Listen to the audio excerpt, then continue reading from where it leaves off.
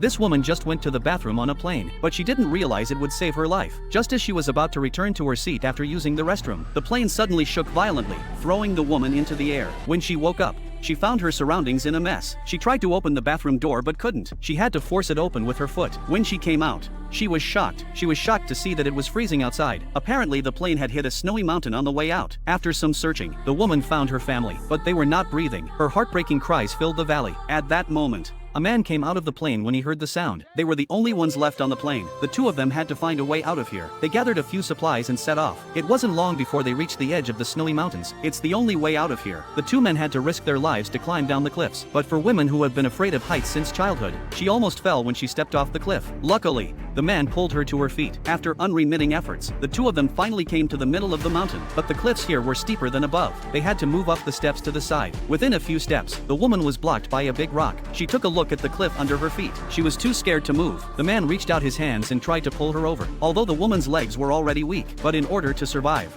she had to fight to the death. She finally made it over the cliff, but as the man tried to move forward, but he realized that there were no more rock ledges. The two of them were trapped halfway up the mountain. In a moment of desperation, the man jumped down and fell into a tree. With the buffer of the tree, the man managed to survive. He told the woman to jump down towards the tree, but for the woman, who is afraid of heights, is a great challenge. But with the man's encouragement, she jumped. After a short rest, the two of them began to move on. Soon they came to another snowy mountain. Then the man saw a cave ahead. In this cold snowy mountain, this cave is a good place to keep warm. He called out to the woman behind him and asked her to speed up, but by now the woman is obviously a bit exhausted. Just when the man wanted to go over and give her a hand, he suddenly saw a terrible scene. He immediately shouted at the woman.